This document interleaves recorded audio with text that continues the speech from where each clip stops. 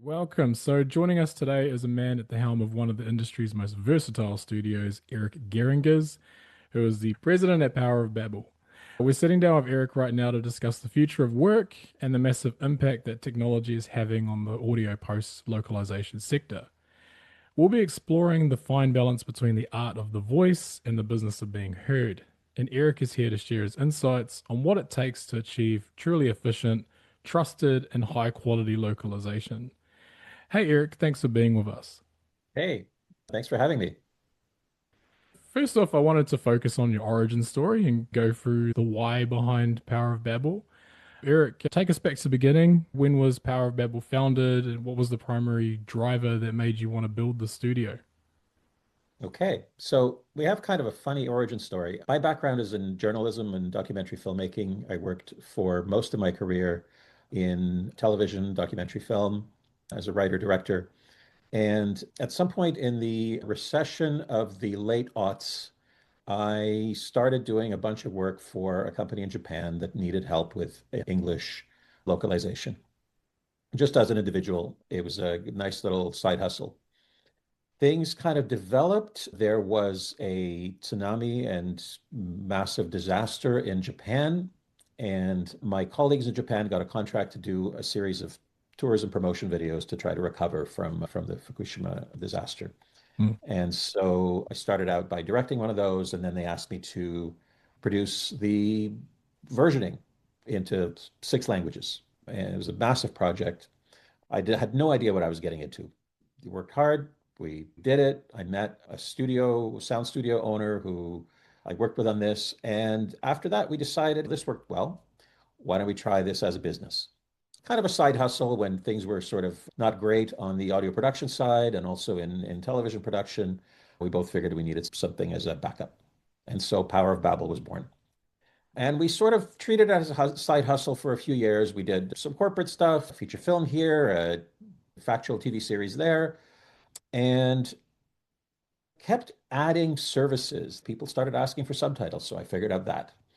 And an ad agency walked in, and so now we're recording ads in the immigrant languages. It sort of kind of grew from there. And at some point, my business partner decided he wanted to stick with the audio side, and I wanted to grow a localization shop.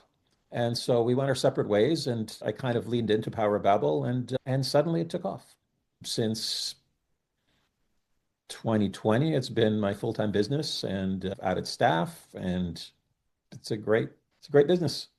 Congratulations. It's always great to hear someone turning a side hustle into a main hustle and growing a business out of that. I wanted to ask about the name of the company, where that comes from. Initially, it was Dave, my old business partner, who came up with it. But what I loved about it is that we're based in Toronto, Canada, one of the most multicultural cities in the world. And my initial idea was, let's harness all this power that we have here, all these immigrants who are media pros or actors or whatever in their own language, but are kind of underused here. And so we initially tried doing that. And Babel, Toronto was kind of a modern day Babylon. And so initially that was our idea. In the end, it's worked out that we work with people all over the world, both our staff and freelancers. We have people in Toronto, immigrant professionals, but we're much more than that. We really have no borders. You said it there, it's like getting the power of the immigrant individuals and building that business out. Sounds like you've really built a strong core. And it leads me to my next question, which is what are the primary pillars of your business today? I would say it's dubbing mostly TV shows into French, subtitling in French, Spanish, and many other languages, mostly feature films and documentaries, but a lot of online content as well. Marketing translation for the immigrant market in Canada through an ethnic ad agency and also for markets around the world. We work with smaller content production companies that make short pieces for online and social. We work with TV producers, film producers, mostly in Canada, but we've had clients in Australia. We have a bunch in the US, a few in Europe. Mostly it's people here. That's great. I know you work in Toronto and you're up in Canada, but it sounds like you've had a global reach since you started. Leading into that, in a world of the audio post production industry, what are the make or break workflow problems that you're trying to solve for your clients? What's the unique thing that Power of Babel can offer? So mostly people come to us knowing that they need to deliver their content in, because we're in Canada, often in French, and we're based in English Canada, but we have expertise in French language dubbing. So, producer needs to deliver in some other language, but they have Mm. no idea how to go about it, who to trust, what they need in terms of assets, what the process is, and we can sort of hold their hand. Experienced television producers, they've been around the block. They have a pretty decent idea of what's needed. We also have clients who are small content producers, agencies, and they say they have a client that needs videos version for the Chinese market in Canada, Yeah. the immigrant market, or for the Punjabi market. I can't even read the language. How am I going to do this? I don't know who to trust. I don't know where to go. And so we've built the contacts, we've built the network, and we make it easy for them. Another example is a client we've had for about 5 years now. It's an American company that produces a course on parenting that they market all over the world. They have a network of psychologists, mental health professionals, really all over the world. And they came to us a few years ago needing Arabic, which was a total mystery to them.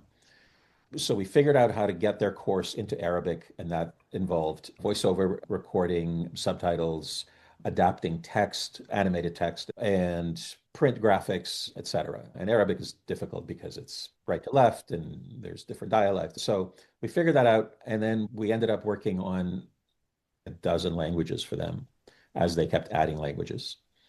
And in the course of it, we worked out our workflow and figured out how to structure these projects, which were really complex with a lot of kind of specialized terminology and their subject matter experts in different countries who had their own priorities. And so we're able to work with an organization like that and really kind of hold their hand and do the hard things that they really don't have the capacity to do in-house. We're kind of a Swiss Army knife Mm. of localization. We're not just a sound studio where we work on the video. We do text translation. We package the whole thing. We do professional subtitles. And so we see ourselves as a localization partner for content producers. We're not just some place where you send your stuff and eventually it comes back and maybe it's good and maybe they've made some mistakes or whatever, but we actually work with our clients very closely. Really appreciate it. It's a really in-depth rundown on the workflow. How has VoiceQ helped in that workflow? Is it part of that workflow? At what point? So VoiceQ is very much a part of our workflow for our TV dubbing business mainly. About a dozen years ago, we got a request for a feature film, and our French voice director heard about VoiceQ. You guys were, I think, in the pretty early stages then, Mm. and he just figured it out, and we did it, and it worked great. And as your business has evolved, I think it took us a few years until the next opportunity, doing a bunch of kids animation, a couple of feature films last year, and another kids animation series that's going to take up most of this year. So it's allowed us the freedom to do the most complex part of video localization in a very sort of straightforward way. We're not committed to a huge amount of hardware or Mm. a big upfront software spend. Once we have people trained in VoiceQ, they could drop in and out, and it works on the studio level. It works great. And so, as a tiny little shop, we can compete with what I call the dubbing cartel in Montreal, Yeah. which is the main French city in Canada. It's kind of a multi-billion dollar industry over there, and there's a few companies that have sort of bought up most of the smaller providers, and we have this technology that's always available to us, and it gives us the opportunity to compete. So looking at the broad industry as it stands today, what are those big sector trends right now that are forcing change in your business or how you handle localization? Is there any impact from larger companies that are impacting your business? Well, you know, everyone is worried about AI, and I've certainly seen AI eat up the audio description video business. We really prefer to work with human voices, but in that sector, there's no fighting it. So we're now doing DV and with AI voices. There's been a lot of consolidation, and most of the business that goes for content that goes straight to the streamers goes through like half a dozen gigantic Mm. companies. And for us, we're never going to be at the next VSI or whatever. That's not who we are. We're a small company. We're a small business. We're people who love what we do and do it because it's interesting and not in order to grow into a global behemoth. Do you think it's the consumer habit driving that change? Are people expecting something different from localized content than they were 5 years ago? Or do you still find that people are still wanting that authentic human element inside of localization? I think the authentic human element is what makes these shows popular internationally. You're not pushing information at people. You're giving them a human experience of watching something that was created in another language and pretty reasonable quality AI voices. They still lack the human element. Mm. And it's probably going to change at some point, and there's going to be one guy sitting at a booth like doing all the voices, and that may happen. But watching a show that's just been dubbed by really good actors is completely different from listening to a seminar that's been localized with a robot. I think watching entertainment in your own language, if you're going to get into it, those voices kind of enter your head and they enter your heart, and it's it's hard to accomplish that with automated voices. Can you share a little bit about your leadership approach and perhaps who's influenced your journey towards success that Power of Babel has had? Yeah, I started out with my former business partner and his engineer at the time, who's since got freelance and now he works for us. And having directed, dubs of a bunch of documentaries, I kind of knew what the standard was. And I thought, wow, this guy is like, he's really, really good. He's really fast and he gets it. And then we met our longtime French voice director who has now gone off on his own, but for 10 or 12 years, he made it possible for us to gain expertise in French. We're not francophones. Most of us are English speakers. Our current audio production director is a francophone, but we've always been able to find people who are good at their language and are interested. So it's not just French. When we started working for an ethnic ad agency, somebody put me in touch with the program director of the number one Chinese radio station in town. And all of a sudden, she's our Cantonese expert, and she's great. And she brings the Mandarin guy, who's one of our hosts. And we start working with them. A big part of what I love about this work, I've gone from journalism to filmmaking to this, which is basically sitting at my desk and talking to people around the world. And the thing I really love is meeting people, experts in their field, people who love what they do around the world, connecting with people I never would have met otherwise, including people in New Zealand, building teams of people who are creative and passionate about what they do and can help us solve problems. So, what makes us different from other localization shops? I think I'd say that we're problem solvers. I've always been able to find somebody to help me solve a problem. And sometimes those people become friends. And it's really fun and interesting to figure out how to solve another language, how to figure out how to get this project done. And that's kind of how we've gone about it. We've sort of added people as we've needed them. Our team is very flexible. Everybody's got other things going on, and most of the project managers work part-time. They've got other things that they do, whether it's comedy or writing or subtitling or whatever. We're a Swiss Army knife. We're very flexible. What does your engine room look like? What's the main platforms that keep the lights on at Power of Babel? We use VoiceQ for lip sync dubbing and kids animation. Otherwise, for voiceover dubbing documentaries, we just go into the studio and do it the old-fashioned way. I can't say that there's a single suite of software in the engine room. That's great. So I guess that's what you said before, the Swiss Army knife, right? It's whatever Yeah, works for you at the time. Could you share any insights on a recent project? sure. Last June, we got a message from a kind of a middleman company saying, we have this French feature film project. We need a Canadian French dub. Can you do it in 2 weeks? No, we can't do it in 2 weeks, but okay, can you do it in four? Okay, all right, we'll do it in four. So we're going to do a feature film for Amazon Prime that's going to end up on Prime in 4 weeks.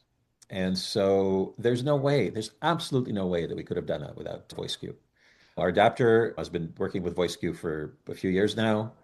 He worked very long days. And we did it in Montreal because we have French talent in Toronto, but for live action drama, you really can't beat the talent that they have over there. And what our voice director reported was that they had all kinds of actors in who had a ton of experience. One guy who'd been at this for over 50 years, and many of them had never seen VoiceQ and they loved it. Like everybody, every single one of these actors, first of all, figured out how to work with it pretty quickly, but also they said this was great technology that made it really easy for them. I think it cut down our recording hours to something relatively manageable for that project.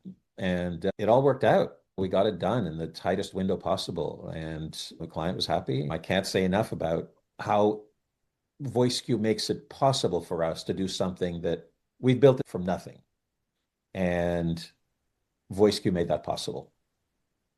Without it, we wouldn't have that part of our business, which is the most creative and, sometimes the most profitable.